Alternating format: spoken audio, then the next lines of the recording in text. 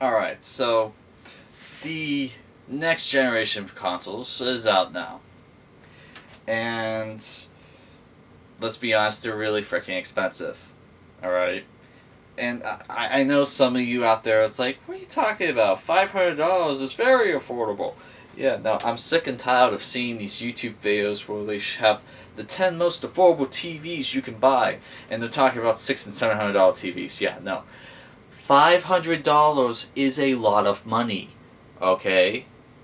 $100 is a lot of money, okay? You can feed yourself for like 6 months on ramen with $100.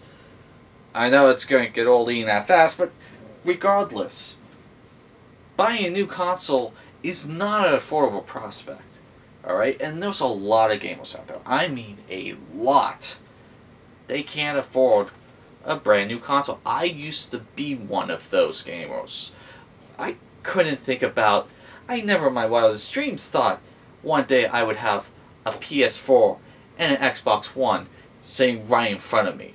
I thought, yeah, no, that's rich territory. It's not rich territory, but I was a kid then.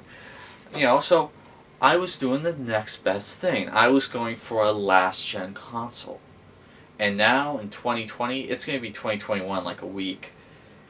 There's a lot of people out there, they wouldn't dream of possibly getting a next gen console.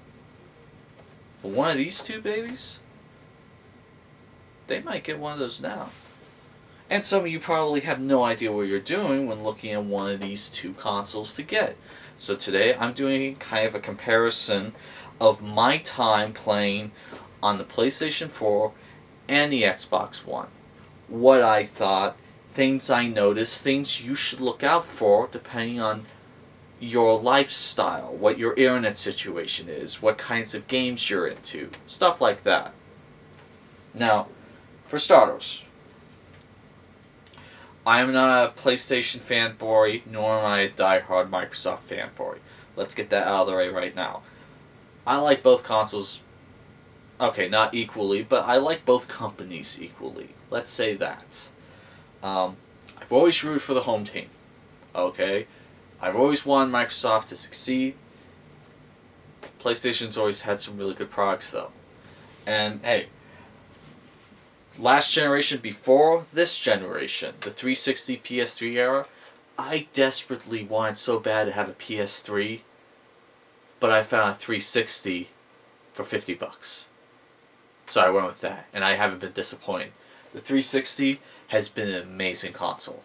I'm still holding on to it because it still has some games that I can't play on this. More on that later. Like Connect. There's a couple of Connect games, like Marvel's Avengers Battle for Earth. Okay? That's a really awesome game. I don't want to give that up. So I'm probably going to hold on to this despite the fact that I have an Xbox One. More on the reason why behind that later. So, PlayStation 4 or Xbox One. Which one should you choose? Well, it kind of depends. Let's get into it.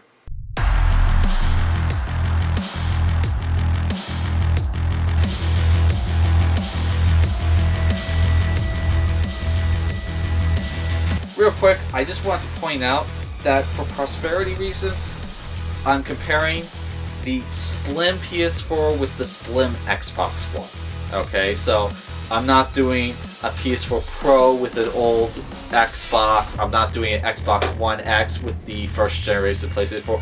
These are basically the equals that came out at the same time. Alright, so real quick, so you don't have to suffer through this video any longer than you have to. In terms of hardware, Xbox One is the king. Hardware side, they did an amazing job developing this. In terms of software though, PlayStation 4 bends the Xbox One over the table and does the you-know-what to it. Yeah. Software-wise, this thing is insane. Hardware-wise, this thing's pretty cool. Let's focus more on the Xbox One first. So, this is an incredibly cool console. And I don't mean cool like Cool Hand Luke cool. I mean cool as in this thing does not get hot at all. Okay, now it probably is due to the top fan design right here. Basically, there's a giant fan right here and it just shoots all of the heat out, making this one of the coolest in temperature consoles I've ever come across. I've played this thing for 4-5 hours straight at one time and never once was hot to the touch. Yes, the open port was throwing heat out, but it just remained a perfectly cool system. Now, that top design is kind of a problem if you live in a dusty area. However, there is a solution to your problem. Go Walmart, okay, or another store like that. Grab a can of compressed air. They're like $4 a pop. Once a month, spray out the ports, shove it into one of the parts, spray it out, see the dust fly out. It's kind of fun to see that. And you're good. Depending on how dusty your area is, you could probably go 2 months between that. It's a little cheap and easy maintenance. It doesn't require a professional to do it. I've done it a couple of times. Helps keep the console clean. I would recommend doing that even for something like this as well. It's just good maintenance to spray those out just once in a great while. PC as well. Alright, just dust isn't good on those. It helps to clean everything out. But so yeah, this console is insanely cool temperature wise. I can't stress that enough. It actually shocked me how cool this console stayed. Another cool thing about the hardware is the fact that it's surprisingly quiet. Alright? I mean, I've played some of the most demanding games on this system, and yeah, I don't hear this system chug. Now, there is a fluttering sound that happens with the fan. It concerned me. I talked with another person who owned an Xbox One S, and they said, oh yeah, no, that's absolutely perfectly fine. That's normal. Now, I have heard some squeaking come out of it, man, but it's temporary. So that could be it showing signs of wear, but regardless, no matter what noise this makes when it's running, it stays remarkably quiet.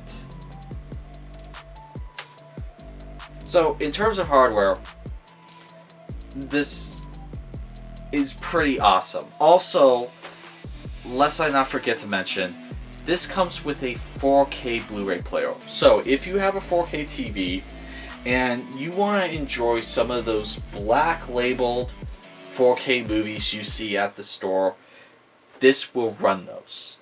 And yeah, no, they look great. So 4K players usually are $170. That's usually around the price range I've seen them in.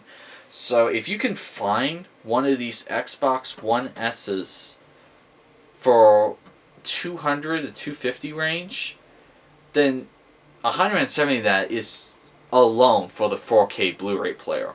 So this is kind of worth the money, in all honesty. But in terms of software, that's when we get over to this baby. But first, before I talk about the software on the PlayStation 4, I need to talk about its faults. I need to talk about the hardware. Now, this thing is hot. And I don't mean Kate Upton hot. I mean this sucker gets surface of the sun hot. Alright? On several occasions when playing a game, I seriously thought this sucker was going to start melting. That's how hot it got. There have been times I've been playing on a cold winter's day, I mean just brutally cold out, in this very room. And it starts getting quite warm in here. I kid you not. I start like, man, did I turn the heater? I don't think I turned the... And then I realized, it's this sucker. This sucker is an amazing space heater. Alright? Not only that, this sucker is loud. Now, I know people like to complain about the PlayStation 4 Pro being loud. I can't attest to that. I've never had a PlayStation 4 Pro. But what I can attest to is that this sucker gets really damn loud. I mean, just jet engine loud. I mean, I swear, there have been a few times I thought this thing was going to commit suicide with how hot it was getting and how loud it was getting. I mean, this is just, hardware-wise, it seems like a poorly designed system. But then you get into the software, and you start realizing there's a reason why this sucker gets loud and gets hot. It's probably because of the software. Now,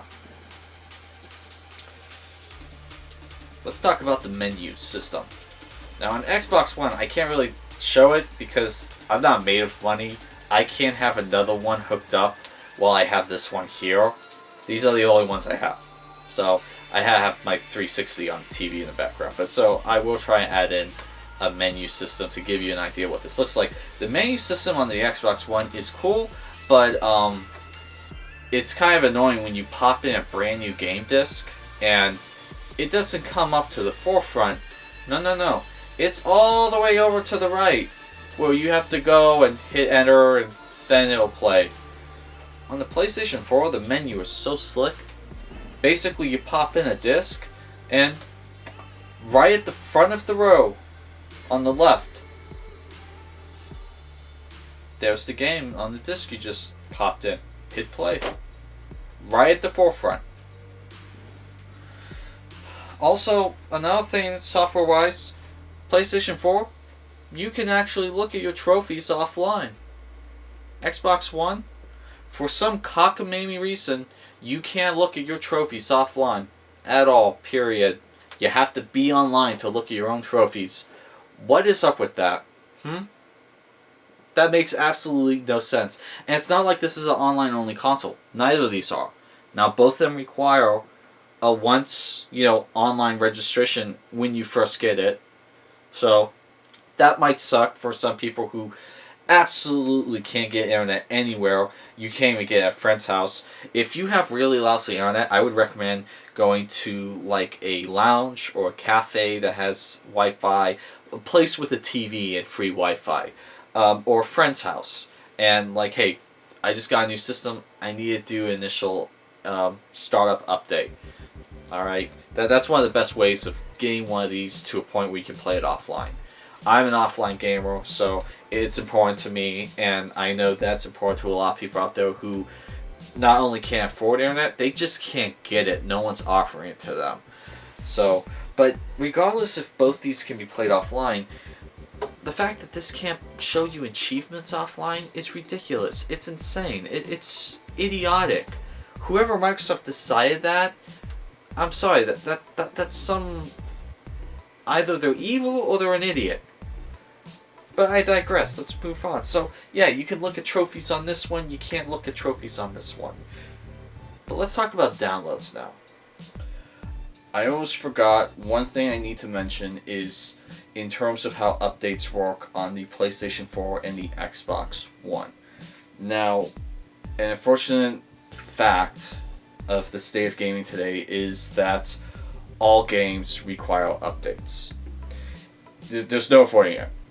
And while some updates can be as little as a couple hundred megabytes, unfortunately quite a few run up to 50 to 60 gigabytes. And for people who have no internet, data limits, lousy internet, slow internet speeds, it's kind of hard to do the updates. And so something you need to know about both systems is that in terms of updates with the PlayStation 4, if you are in the middle of an update and you have to stop, like you will have to with a lot of larger updates if you go to a friend's house to update that game, probably a good safe bet that you're not going to be able to fully update a game that has a 60 gig file update or even larger. And in cases like that, if you're halfway through an update, something the PS4 allows you to do is to play the game while it's in the middle of an update.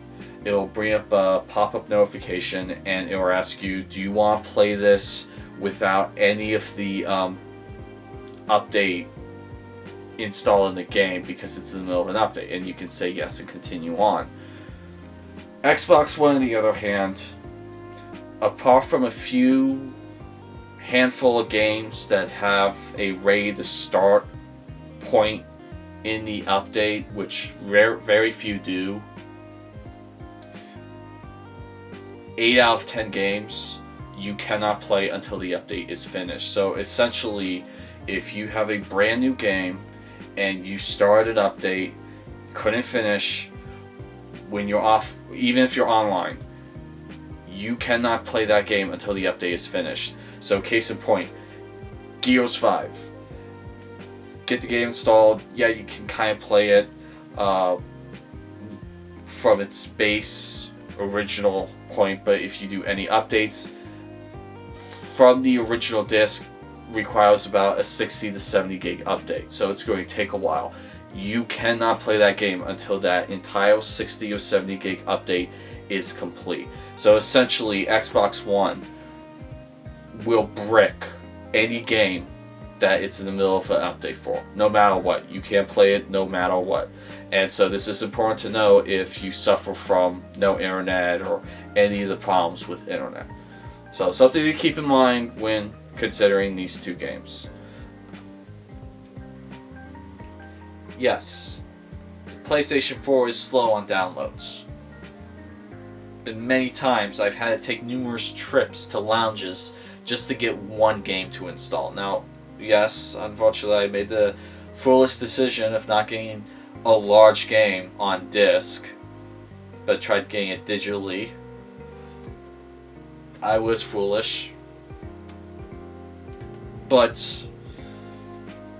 the Xbox One showed me that the PS4 is Sonic the Hedgehog compared to the Xbox One's download speeds. I mean, it's horrifying how slow this system is at downloading content off the internet. I literally one time had to wait 2 hours to install a 4 gigabyte game. 2 hours for a 4 gigabyte game. Most games come in at 20, 30, 40 gigs. Those are just the standard ones. You have some of the big ones that come in at 80 gigs, 90 gigs. Halo 5 comes in at 93 to 97 gigabytes. Good luck trying to install that one if you have lousy internet.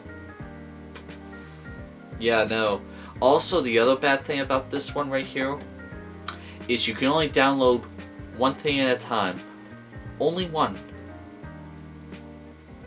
So, when you do decide to install Halo 5s for this baby, you have to commit to that download. Otherwise, you're not getting it. Now, walk over here to this one. You can download 3 things at once. 3. Now, yes, your download speeds do get slower when you have 3 things downloading at once. Simple logic. But it gives you options. You can have that really big game downloading in the background while you have 2 smaller ones going, so that you at least get something for your effort for the day. This one, no. You don't get that. But this one, you at least get that. For some weird reason, apparently they don't have that option on the PS5. I don't know. I'll check when I finally get mine. But why would you get rid of that option? It's an amazing option. Be able to download 3 things at once. So yeah. Downloading wise, this one's better. But there is something in the software that's better on the Xbox than it is on the PlayStation 4. Yeah, there is. It's called backwards compatibility. And this one's a really hard thing to overlook. Okay? Despite all the pros with the PlayStation 4, this thing has really good backwards compatibility. So, this can play Xbox One games. But it can also play a large majority of Xbox 360 games and a small collection of Xbox Classic games. I think it's like 24 to 35. And there's some good games in that collection, but the main bulk of your backwards compatibility is going to be Xbox 360. And it's amazing because they do little graphical updates to the games. It's not just a one for one. They do improve the frame rate a little bit. graphical problems, resolution. It's not big enough to be a completely different game, but it is nice when you're having judder happen on your 360, and then for some reason the backwards compatible game, the judder's just gone on the Xbox One. It's really nice, I gotta admit. So yeah, Xbox 360 backwards compatibility is probably one of the main reasons why you want to get this puppy right here. Alright? And it's a huge collection, like almost, I think it's like over 500 games that are backwards compatible. Now, there are a couple of misses with backwards compatibility, a couple of exclusives, and third-party games from the 360 era that it just made absolutely no sense why they never made it backwards compatible. But, you know, they have talked about maybe adding more to the list with the Series X. Who knows? Now, there is something worth noting about backwards compatibility on this. So, first off, saves are done locally, but it's kind of iffy. It prefers cloud saves, and it will upload your saves to the cloud whenever you're online. It does help to go online every now and then to do that, because otherwise you get a pop-up message saying you're running out of space for your local saves. So, you can save a 360 game locally on this offline. It has been done. I've done it. It's just a little weird. You can't look at the save itself. It's not like the 360. So that was one of my concerns. Thankfully, this can save locally. The other thing worth noting is you can't just pop in a 360 game and just start playing. Can't do it. You have to pop it in, and you have to be online, and then it'll say, hey, there's an update for this game. It's the size of the game. Basically, you need to download this game from Xbox One Marketplace. If you have a disc in here, it'll let you do it for free. And you need to, unfortunately, have to go through that online download. This is bad at online downloading, I just told you. So that's kind of a downside. But once you get the game installed, you can go offline and play it. So, silver lining it all. Just something you need to know if you're thinking about getting this for backwards compatibility. You need to have internet, or at least have a friend willing to let you crash on their couch for like a week while you get this thing updated. Now, in terms of games, well,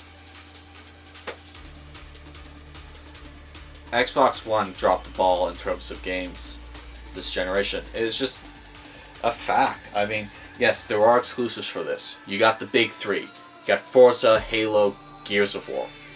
Then you got like Sunset Overdrive, Rise, Son of Rome, Sea of Thieves, Quantum Break, Dead Rising 3, Ori. The list is really freaking small. This thing over here. Yeah, no, they thought that would be funny if they just completely slaughtered the competition by just releasing a ton of games exclusive to this. I mean, you got things like Dreams, Killzone, Uncharted, Last of Us 1 and 2, God of War, Days Gone, Gran Turismo, Drive Club, Horizon Zero Dawn. For a while, No Man's Sky. Thankfully, this console got No Man's Sky as well. I was happy for Microsoft on that day when they finally got No Man's Sky. Hey, I want everyone to enjoy that game. That's like one of my favorite all-time games of all time. Hell, I want to see No Man's Sky on the Nintendo Switch. That would be really cool. I don't have one. I just would be so happy for Nintendo players if they got No Man's Sky. It's a great game. Back to the exclusives. I mean, this sucker had a lot. And I'm not even getting into VR. PlayStation VR, all those games were pretty much exclusive to this, unless they were ported over from like Oculus or HTC 5, whatever. Yeah, no, PlayStation VR has so many problems, but it has so many cool aspects to it that make you overlook those problems. And so the PlayStation VR aspect increases the exclusive game content almost twofold. Alright, I mean, if you add all the VR games on here that this can't play, then you have probably 3 times, no, hey, 4 times the amount of exclusive games on this system that you had on this system. I never understood why Microsoft never got into VR. Why they still haven't gone into VR. It's amazing. VR is absolutely insane. And the fact that Microsoft haven't done anything for VR is nuts to me. I hope they do. I really hope they do. I mean, it'd be absolutely cool to see Master Chief in VR experience. Seeing that cutout line of the visor to the Master Chief helmet. I mean, hell, this game's making itself just thinking about it. Yeah, so. Now, in terms of online function, I have been able to try out the online function to a degree. Now, both these have kind of a Netflix subscription service you can get. This one has Xbox Live, this one has PlayStation Now. Xbox Live is about like $14-15 a month. I can't quite remember, but it's pretty affordable. And for that month, you get over 100 games free to download onto the system that you can play anytime you want. You unfortunately have to be online to play them because of the CD key registration thing, whatever. But a lot of the games are big releases. Many of them are brand new. They've even gotten to a point where some games, day one of the release physically, comes to Xbox Live. So, for $14 you can play a $60 game. Pretty neat deal. And apparently it's been doing game busters for Xbox. I mean, people have just been loving Xbox Live. I mean, who wouldn't like the option of playing a game that's $60, playing 10 games that would have been $60, but all they had to spend was $14 every month to enjoy brand new games? Now, yeah, it's not theirs, and that's the point. Microsoft is effectively giving people the option to play a game, but not own it. They've basically recreated the arcade. You come down to arcade and play it. You gotta spend your quarters. You can't bring this game home. But now you can. And it's still not yours. It's ingenious. PlayStation, on the other side, came up with kind of their own answer to Xbox Live, PlayStation Now. Now, pardon that pun. Originally, this service was terrible. It was $20 a month. The internet connection was crap.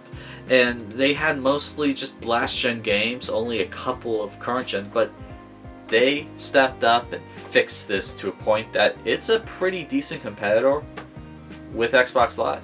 So, for starters, it's now $10 a month, or $9.99. It's $10. It now has a vast majority of PlayStation 3 titles, especially exclusives, which is a big deal because a lot of PlayStation 3 titles have a problem with, being backwards compatible and everything because of its architecture. So, like Metal Gear Solid 4, which has not come to any other console but the PS3, you can now play on the PS4 if you have a decent internet connection. Stuff like that. Also, they've been getting better at having newer games on here, bigger games. Now, they do remove them more frequently than Xbox, but they are getting better at it. I've seen huge AAA games come on here for like a month exclusive run, and it's starting to become a good competitor to Xbox Live. Maybe not as good right now, but with a little bit more work and a little bit more, features added in, definitely this could be a good computer with Xbox Live. So, which should you get? Well, the internet community is much stronger on Xbox, I gotta admit. If you want deep competitive internet multiplayer, probably Xbox is the way to go. Internet on Sony's side isn't quite too bad either. You have pretty good competitive multiplayer on Sony's side. It's just not as deep and competitive as this one, which people want. However, if you're just all about the games, you want the most possible variety of games possible, you're going to probably want to go with this one. Yes, it gets hot. Yes, it's loud. But, man, those games, you get so many options. Now, while this one can play 4K movies, if you have a PlayStation VR headset, you can watch 3D movies on here. So that's pretty cool. I know 3D's not a huge thing anymore, but I like 3D, you know? And so that's cool that you don't have to buy an expensive 3D TV and get the glasses and whatnot. I mean, you do have to wear the headset to watch it, but you get like the size of a movie theater screen. So again, that's cool. So, do you want 3D or 4K? That's kind of the thing. Yes, this does upscale to games to kind of like 4K. It doesn't run in 4K, so it just makes them fit the screen a little bit better. It's a lot fancier sounding than it actually is. So, quite honestly, if you're all about backwards compatibility, if you thought the greatest generation of video games ever was the 360 and PS3 era, you're going to want to go with this. Yes, a lot of those games did get re-released through remasters on the PlayStation 4 and both consoles. I mean, like the DMC collection, you had the Uncharted collection, Shadow Colossus, no, Uncharted Shadow Colossus on here. But they did a lot of remasters for the PS4 and Xbox One. But even then, there's still a lot of games from the 360 PS3 era that have not been remastered. So if you're all about that generation, if you thought that was the greatest generation of games ever, you're going to want to go with this one. Because this one has backwards compatibility. And it's awesome once you get it installed. You know. But if you're all about newer games, and you want the best variety of newer games humanly possible, like just the newest stuff, you're going to want to go with this. VR, you're going to want to go with this. 4K, you're going to want to go with that. I know these options are just like, well, I want all of it. Hey, if you could get both these consoles, go for it. But I understand that some of you are on a budget, you can only afford one. So you have to ask yourself, what do you want more? Do you want variety of games, or do you need something that's super quiet? Do you need something that plays your beloved older games that you grew up with? Do you need something that can play 4K on your new 4K TV? If you don't have a 4K TV and you don't care about the older generation games, then you're not going to want this one at all. You'll want to go with this one. Okay? So, hopefully this video helps you guys out there who are planning on getting one of these new systems now that the next generation's out. I don't know. If you can get both, that's great. I mean, both have their own pros and cons. But, yeah. So that's my comparison video. Sorry it went to 30 minutes long. I hope you guys enjoyed it. And, that's all.